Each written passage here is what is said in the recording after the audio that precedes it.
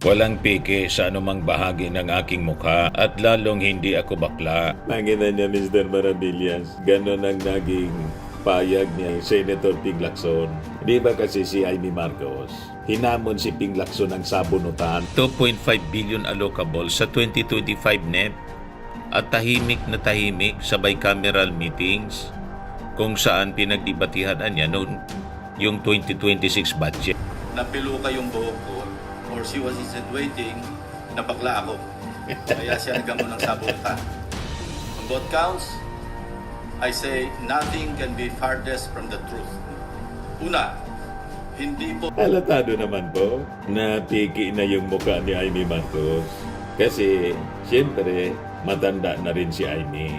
Pilit niya na pinapabata yung kanyang itsura. Nagbabagang mga balita at pagtalakay sa mga isyu ng lipunan. Bulsa!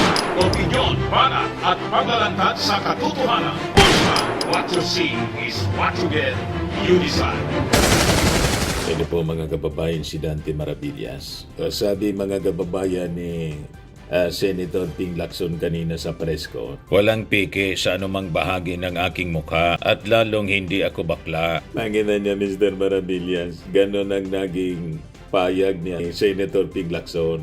Di ba kasi si Amy Marcos, hinamon si Ping Lacson ng sabunutan. Nagugat ito mga kababayan. Doon sa issue ng pork barrel, inaakusa kasi mga kababayan ni Senator Amy Marcos si Ping Lacson na yung 2026 budget na dinidepensa ni Ping Lacson, may giniling pa rin na pork barrel daw. Kaya hindi siya pumirma. Ito yung mga patutsada kasi ni Amy Marcos. Ang budget nito ay giniling. Pork pa rin, giniling lang para di alata. Kaya ayoko pumirma. Ngayon, nainis si Ping Lacson. In-expose ni Ping Lacson na si Amy Marcos niya may allocables na 2.5 billion. Then sabi ni Ping Lacson, pag nasa glass house ka niya, huwag kang mambato. Si Amy Marcos niya may 2.5 billion allocable sa 2025 NEP at tahimik na tahimik sa bicameral meetings kung saan pinagdibatihan niya noon yung 2026 budget. Pero ngayon, puro tuligsa at kritisismo ang naririnig mula kay Senator Amy Marcos. Siya yung nag-iingay. Kinikriticize niya ang budget sa 2026. Sinabi niya may tadtad ng pork, may giniling, may tinadtad pero pork pa rin. Kung ganyan ang definition niya ng pork, siya ang may pork, so wala siyang moral ascendancy para i-criticize. Unang-una niya, member siya ng BICAM.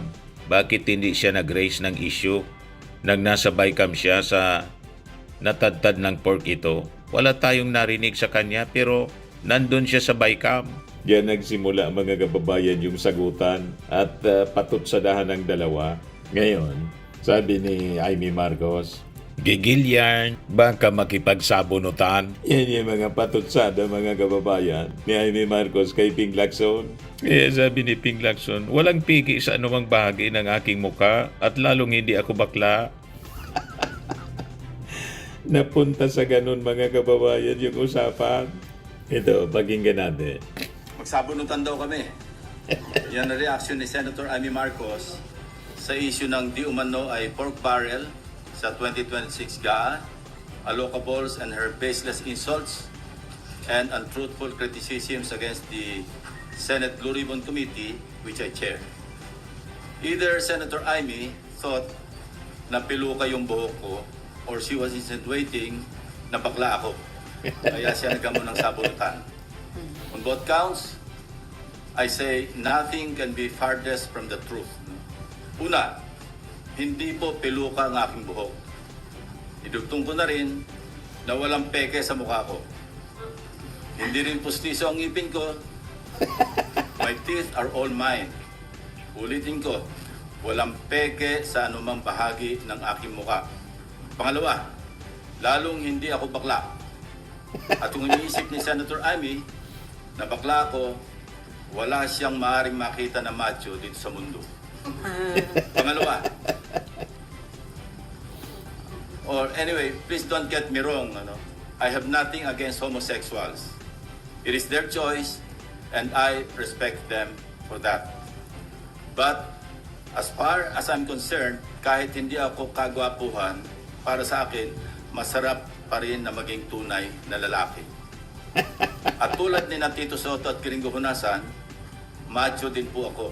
Lalaking lalaki. Period. End of discussion. Iba kita niya Mr. Marabilia sinasabi yun ni Ping Lacson na walang peke sa anumang bahagi ng kanyang mukha. Patama siguro yun kay Amy Marcos. Kasi malamang alam ni Ping Lacson na ritukada na si Amy. Produkto na ng salamat po, Doktor. Halatado naman po na peke na yung mukha ni Amy Marcos. Kasi siyempre matanda na rin si Amy. Pilit niya na pinapabata yung kanyang itsura. Kitang-kita naman po, pati yung kanyang ngipin, pustiso na po. Yan kasi, sinimula ni Amy yung mga ad hominem. Ang hilig kasi po niya sa mga ganyan patutsada. Ayan tuloy, pinatulan siya ni Ping Lacson. Ang mga ganito sana, mga kababayan na mga pananalita, hindi na ginagawa sa Senado. Kasi ang tawag sa kanila, mga honorable men and women, di ba nakakababang puri na po. Hindi sana bagay sa mga senador ang ganitong uri na mga pananalita. Kailang sinimulan ni Amy Marcos ang ganyang uri ng mga pananalita, napiko na rin si Ping Lacson. Pinatulan na po. Yes, sabi dito ni Jetro Bersosa, mas naniniwala ako kay Lacson dahil subok na hindi tumatanggap ng pork barrel. Yung iba, masasaktan talaga dahil goodbye pork sa 2026. Sabi ni Dennis Peralta, wala na yatang matitinong pinag-uusapan sa politikang pambansa. Wala na. Wasak na ang mga politiko sa Pinas. Ang dapat pinag-uusapan ay para sa kapakanan ng bansa. Sana ganon din ang mga media. I-ignore yung parehas ng ganitong mga issue. Walang kwenta. Iyon sana po. Kaya lang si Amy Marcos, walang tigil sa kanyang pagpopost sa kanyang sariling page. Yung mainstream media, siyempre pinipick up din kasi parte siya ng mga controversy. Yun ang uso ngayon eh. Mas interesado sa mga ganitong chismis at kababang usapan yung mga tao. Pag mga seryoso kasi mga kababayan na mga topics, kukunti yung interesado. Pag sinamahan na po ng mga usapang showbiz, mas marami po ang nagkaka-interes sa kwento. Kaya hindi natin masisisi yung media, saka mga politiko, sinasabayan po yung uso. Di ba? Kaya nakikita ninyo, talamak na yung bastusan po sa media, mainstream and social media. Nakakalungkot. Yes, sabi ni Ricardo Almirol, dahil sa mga DDS na si Raulo ang dahilan ng lahat ng yan. Sabi ni Richard Salaras, mas bakya, mas patok daw po sa social media. Sabi ni Adela Ariola, oo nga, parang walang mga pinag-aralan, usapang basura, nakakaya. Kung sa bagay, hindi lahat ng nag-aaral natuto. Very unbecoming of a senator at sa Senado. Kung tawagan pa naman, honorable. Yun nga po yung sinasabi natin, nakakalungkot. Hindi po tulad ng mga noong panahon, walang ganyan po sa Senado. Pero ngayon po, naging gutter politics na po ngayon ang uso. Lumala po yung kalagayan ng ating mundo. Ay, yan sabi ni Amy Marcos. Hindi ko naman sinabi ang bakla siya, pero napakababaw pala ng kahulugan niya sa kung ano ang ibig sabihin ng tunay na lalaki. Walang masama sa pagiging bakla at ganon din sa pagpapa-enhance ng kahit ano pa para sa sarili mo. Desisyon ng tao kung gusto niyang magpagawa ng kahit ano sa sarili niya.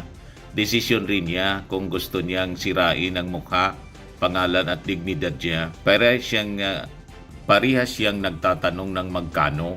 Bakit kasi sinabi niya yung mga ganong uri ng mga pananalita, yung magkasabunutan? Siya yung nagsimula ng ganon na uri ng mga pananalita. Pinapalabas niya na makikipagsabunutan si Ping Lacson. Di ba?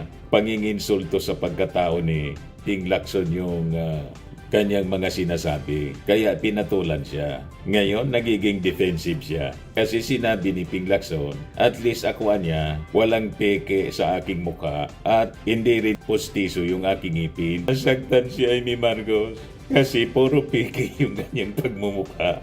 Pati ugali niya peke. Yan kasi siya yung nagsimula ng ganong uri ng usapan o di nakuha niya yung gusto niyang mangyari.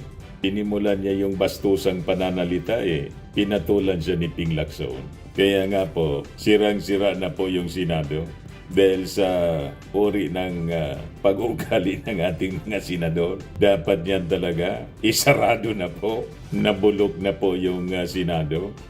Anyway, kung yan ang gusto nila, di sige po, bulukin na natin ang Senado. Ayan man lang po mga kababayan yung ating short video ngayon. Abangan na lang natin yung bastusan sa Senado. Ako po si Dante Maravillas. Bye-bye po. God bless. Po, Firmax Firming and Lifting Cream, pinapahid po sa mga pulses in affected area. Mainam po sa paninigas ng mga kaso-kasuan.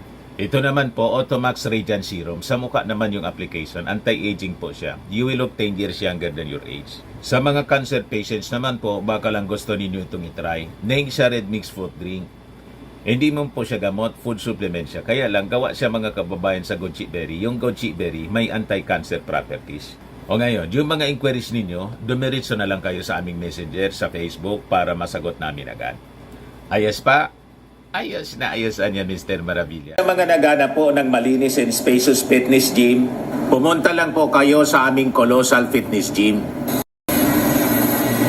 May Grab car rental din po kami. But anyway, ito po pala yung aming bagong product na binibenta online.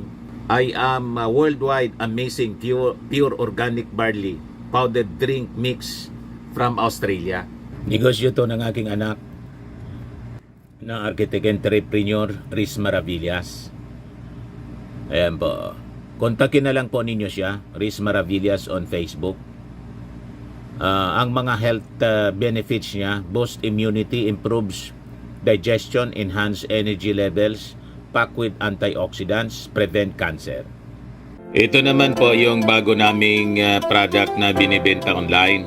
Eye Glow Serum, whitening po siya. Tingnan ninyo yung epekto sa aking anak na architect before and now. Yung mga inquiries po ninyo, dumiretso na lang kayo sa kanyang Facebook account, Riz Maravillas.